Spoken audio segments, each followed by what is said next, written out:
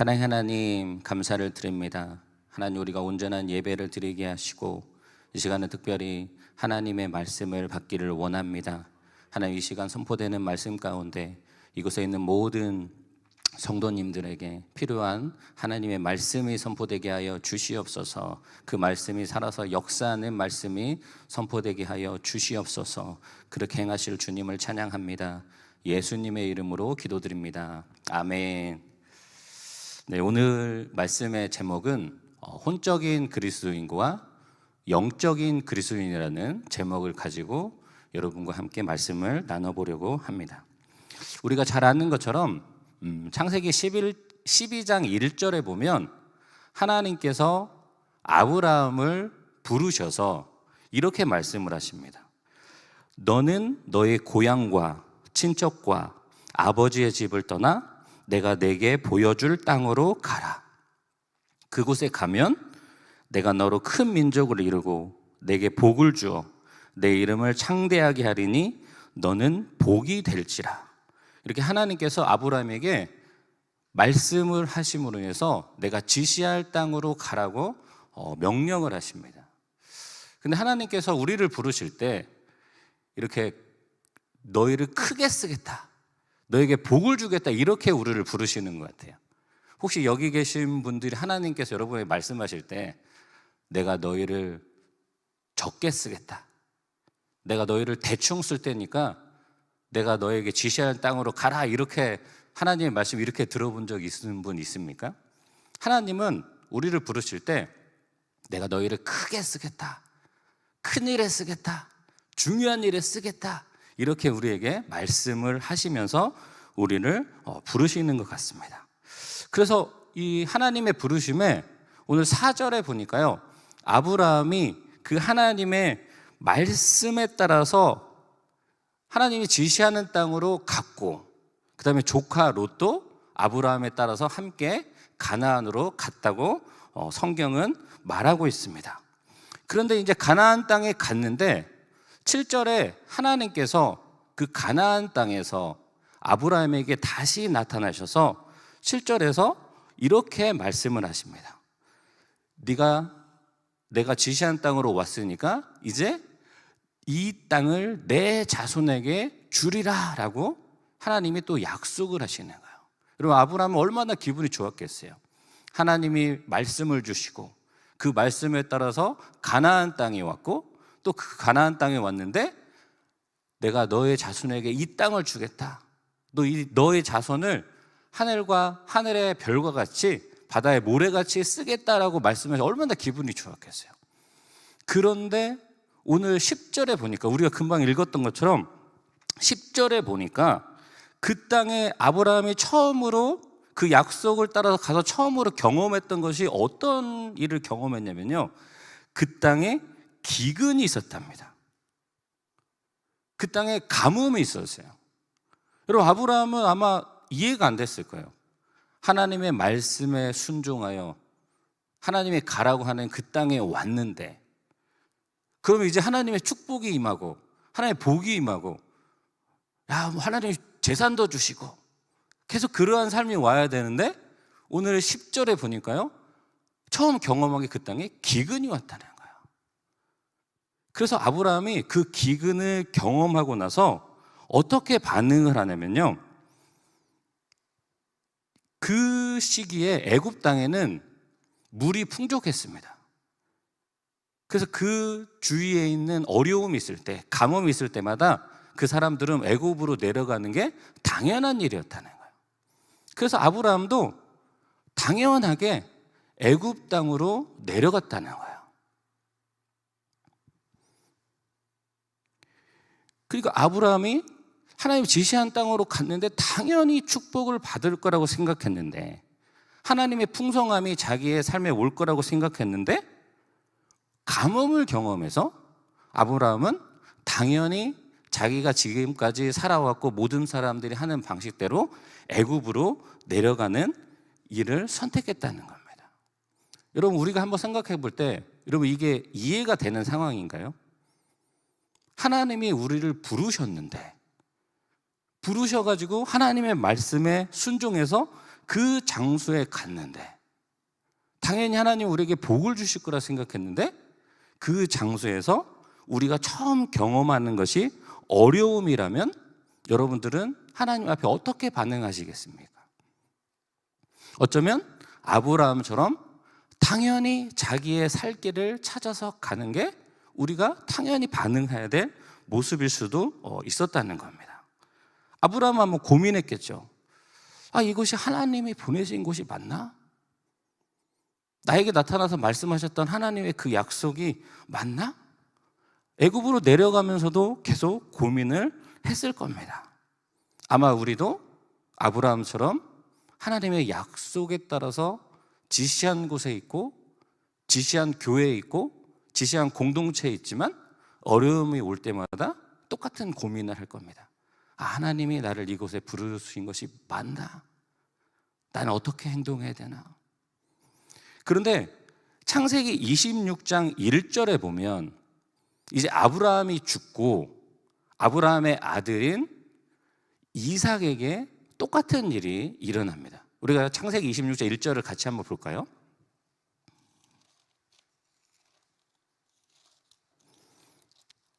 창세기 26장 1절을 같이 한번 읽겠습니다. 아브라함 때 첫 흉년이 들었더니 그 땅에 또 흉년이 들매 이삭이 그랄로 가서 블레셋 왕 아비멜렉에게 이르렀더니. 아멘.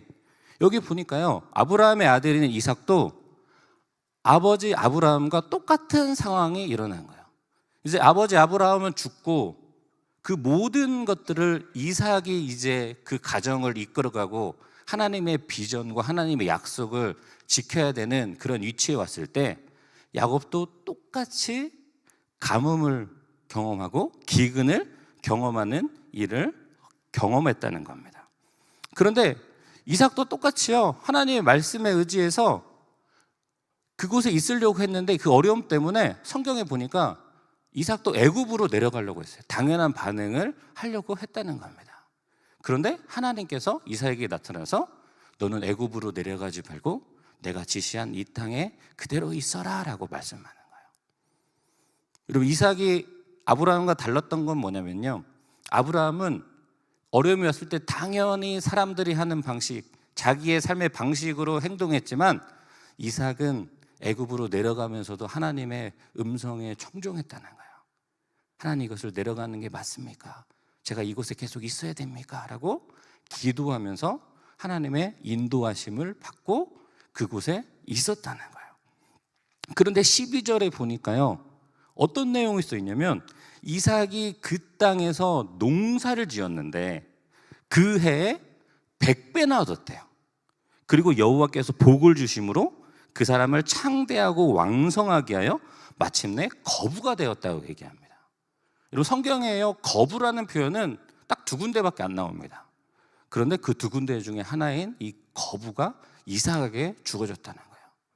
한번 상상해 보십시오. 이삭은요, 유목민이었어요. 한 번도 농사를 지어본 적이 없는 사람이었습니다.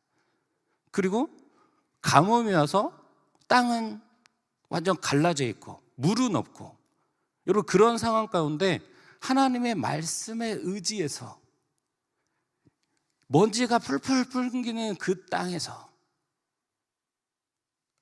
땅을 갈고 얼마 남지 않은 씨앗을 뿌리고 그 씨앗을 흙으로 덮고 어렵게 물을 구해와서 물을 주었을 때 여러분, 어떤 마음으로 주었을까요? 하나님이 이곳에 있으라고 하는데 과연 이러한 일들이 일어날까? 땅은 메말랐고 물은 없고. 하지만 이삭은요, 하나님의 말씀에 순종했을 때 어떠한 일을 경험하게 됩니다. 오늘 성경에 뭐라고 하면요, 100배의 축복을 받았다고 얘기합니다. 여러분, 성경에서 하나님의 축복을 얘기할 때 30배, 60배, 100배를 얘기해요. 가장 큰 축복이 100배의 축복이라는 겁니다. 여러분, 이삭은 하나님의 말씀에 의지해서 그곳에서 하나님께 순종하며 이해가 되지 않고 눈으로 봤을 때 납득이 되지 않는 상황 가운데서도 그 일을 했을 때 하나님이 100배의 축복을 주는 것을 경험했다는 겁니다. 여러분, 오늘 말씀을 잘 기억하시기 바랍니다. 여러분, 우리가 하나님의 말씀에 순종하고 그 뜻을 이루어되길 원한다면, 그분이 인도하시는 곳에 우리가 거하기를 원한다면, 어쩌면 우리가 처음으로 경험하는 것은요, 어려움일 수 있다는 거예요. 기근일 수 있다는 거예요. 성공보다는 실패할 확률이 높다는 겁니다. 여러분, 그 이유가 있습니다. 하나님께서는 하나님이 인도하시는 곳으로 우리를 인도하시고 우리에게 테스트를 하시는 거예요. 아, 이 사람이 그것을 받을 만한 믿음이 있는지 없는지 하나님은 우리를 시험하십니다. 여러분, 우리들도 하나님께 받은 비전이 있고 하나님의 말씀이 있을 때, 여러분, 그것을 순종하기를 원하지만 어려움이 왔을 때, 아, 지금 하나님이 나에게 믿음이 있는지 없는지, 내가 어떻게 반응하는지 하나님이 나를 바라보고 계시는구나 라는 것을 항상 기억하시기 바랍니다. 여러분, 우리 주위에 볼 때 우리가 이해되지 않는 일들이 너무나 많이 일어납니다. 여러분, 우리 교회 안에도요, 믿음 가운데 있는 주의 젊은 부부들이 왜 태어날 때부터 몸이 아프고 어려움이 있는 자녀들이 태어납니까? 여러분, 이게 이해가 되세요?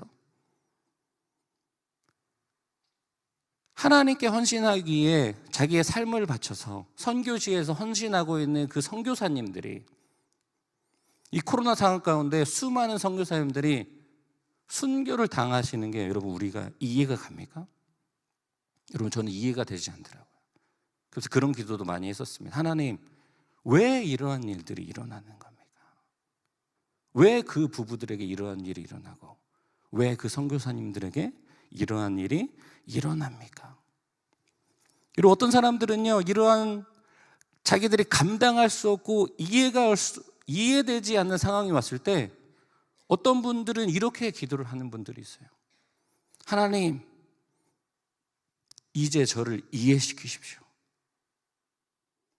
하나님이 저를 이해시키지 않으면 저는 더 이상 나아가지 않겠습니다. 하나님, 이 상황을 저에게 하나님이 이해시키지 않으면 저는 이제 더 이상 하나님과 함께 할 수 없어요. 저는 하나님을 떠날 수밖에 없습니다. 여러분, 많은 그리스도인들이 어려운 상황 가운데 이해되지 않는 상황을 바라볼 때 자기가 이해되지 않으면 자기의 걸음을 멈추고 하나님을 떠나는 사람들도 있다는 겁니다. 여러분, 그것은 하나님께서 이해할 수 없는 상황을 만들었기 때문이에요. 우리가 그 상황을 만든 게 아니고 하나님께서 이해할 수 없는 상황을 만드셨다는 겁니다. 그런데 제가 기도하면서 들은 마음이 하나 있었습니다. 계속 하나님을 신뢰하면서 나갈 수 있는 게 하나가 있었어요.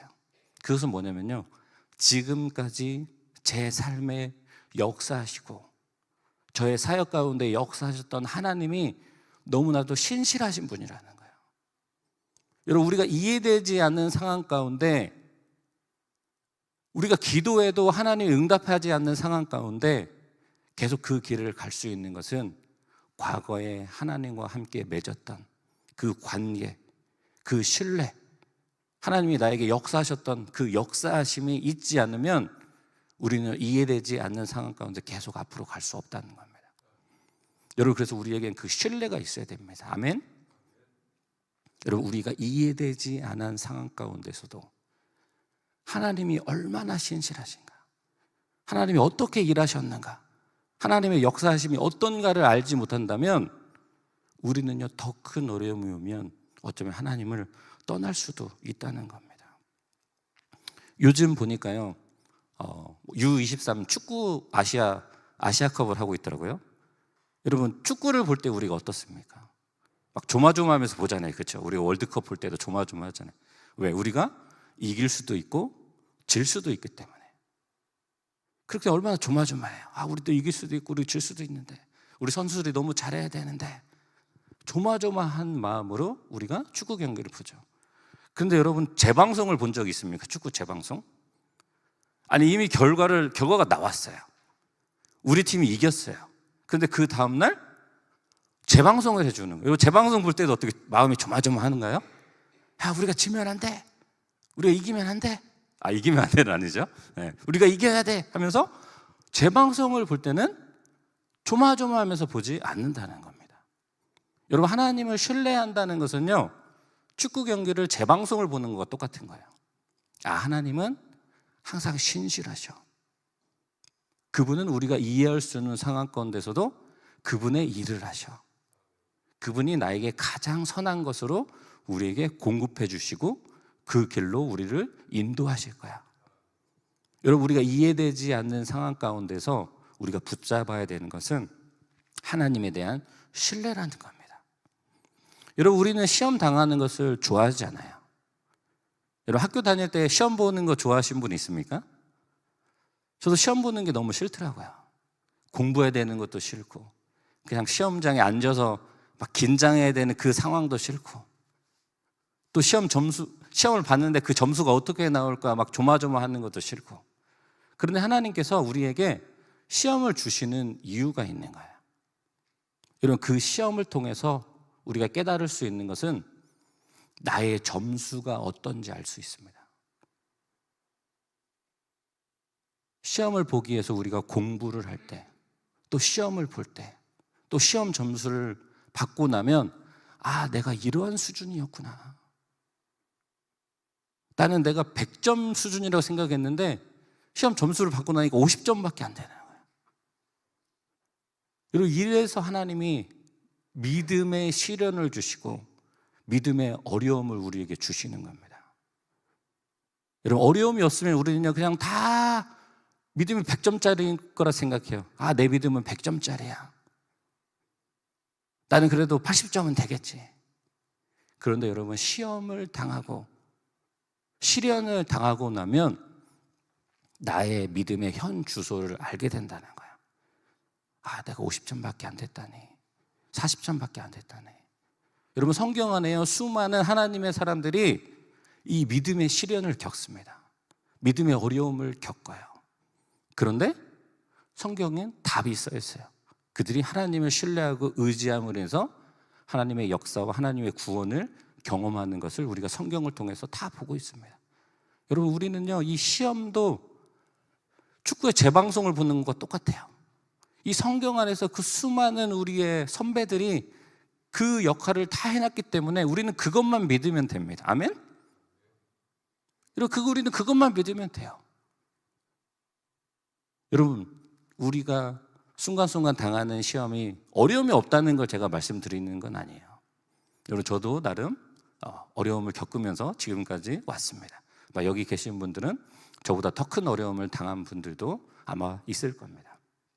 하지만 어려움이 있을 때 하나님은 신실하시고 하나님이 가장 선한 길로 우리를 인도하신다는 믿음을 가지시길 바랍니다. 아멘. 그런 시련을 통해서 우리가 믿음을 보여드릴 수 있는 기회가 될 수도 있다는 겁니다. 여러분, 성경에 보면요 육적인 그리스도인과 혼적인 그리스도인과 영적인 그리스도인이 나옵니다. 여러분, 육적인 그리스도인이라는 것은 어떤 사람을 얘기하냐면요 자기 감정대로 하는 사람이에요.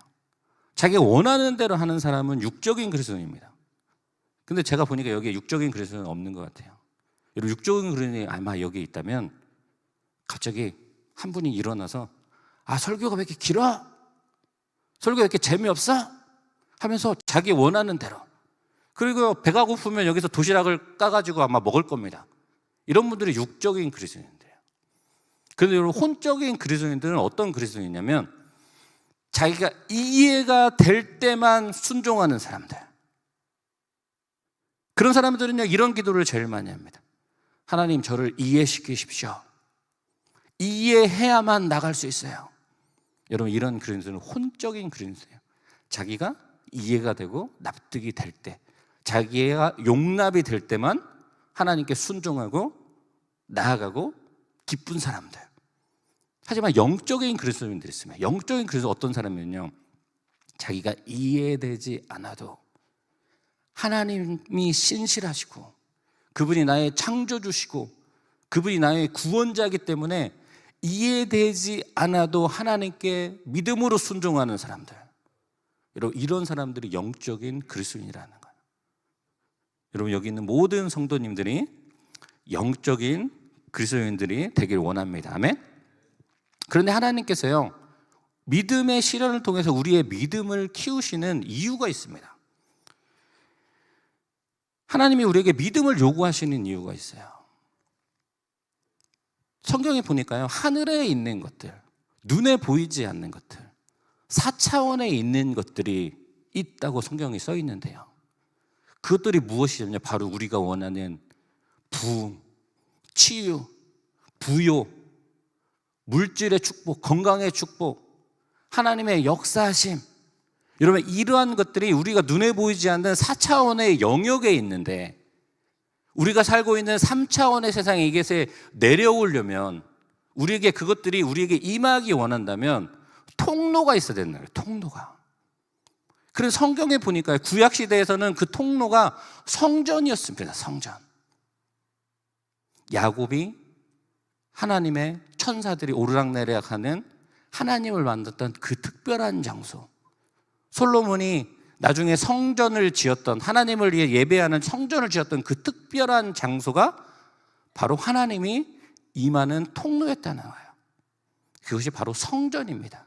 그런데 신약시대에서는요, 너희들은 그리스도의 몸이고 너희는 왕같은 제사장이고 너희가 바로 성전이다라고 얘기하고 있습니다. 여러분, 이제 신약시대의 성전은요, 그 통로가 되는 성전은 바로 저와 여러분들 사람이에요. 사람. 그런데 이 통로가 열리려면 그 사람의 믿음이 있어야 됩니다. 아멘. 여러분, 믿음이 필요해요. 그 통로가 열리기 위해서 믿음이 필요해요. 그래서 믿음이 제일 중요하다는 거예요. 여러분, 여러분들이 지금 원하는 게 무엇이 있습니까? 여러분들이 기도하고 있는 게 무엇이 있어요? 하늘에 있는 것들, 하나님의 영역에 있는 것들, 여러분의 필요한 것들이 무엇이 있습니까? 그것을 여러분의 삶으로, 이 땅으로, 우리 교회로, 여러분의 가정으로, 여러분의 공동체로 끌어내리기 위해서는 통로가 필요한데 바로 여러분의 믿음이 필요하다는 거예요.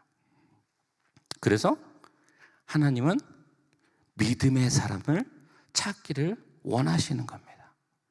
여러분, 그 믿음은요, 우리가 이해되지 않는 상황 가운데서도 믿음의 생각을 하고, 이해되지 않는 상황 가운데서 믿음의 말을 하고, 이해되지 않는 상황 가운데서 하나님을 향한 꿈과 비전을 가지는 것. 그래서 여러분, 우리가 믿음을 가지시고 그 통로가 되는 모든 성도님들이 되었으면 좋겠습니다. 아멘. 이 시간 우리가 다 같이 한번 기도했으면 좋겠습니다. 우리가 기도할 때요, 어떤 사람이 믿음이 있는지 없는지는 그 사람이 하는 말과 행동을 보면 알 수 있습니다. 어떤 사람은요, 하나님, 나를 이해시키기 전에는 절대 아무것도 하지 않겠습니다. 여러분, 그것은 어쩌면요, 믿음이 없는 모습이에요. 또 불평불만하고 불안과 염려가 있는 모습도 믿음이 없는 모습입니다. 또 상황만 보고 판단하는 사람도 이성적인 사람, 혼적인 사람일 수는 있겠지만 절대 영적인 사람은 없을 수 있다. 이 시간 우리가 기도할 때, 하나님, 우리가 하나님의 신실하심을 믿고 믿음으로 반응하는 영적인 그리스도인이 되길 원합니다. 하나님, 저의 믿음을 통해서 하늘의 통로를 열어주시고 믿음을 통해서 이삭에게 허락하셨던 100배의 축복을 우리에게 부어 주시옵소서라고 우리가 주여 한번 외치고 그렇게 기도했으면 좋겠습니다.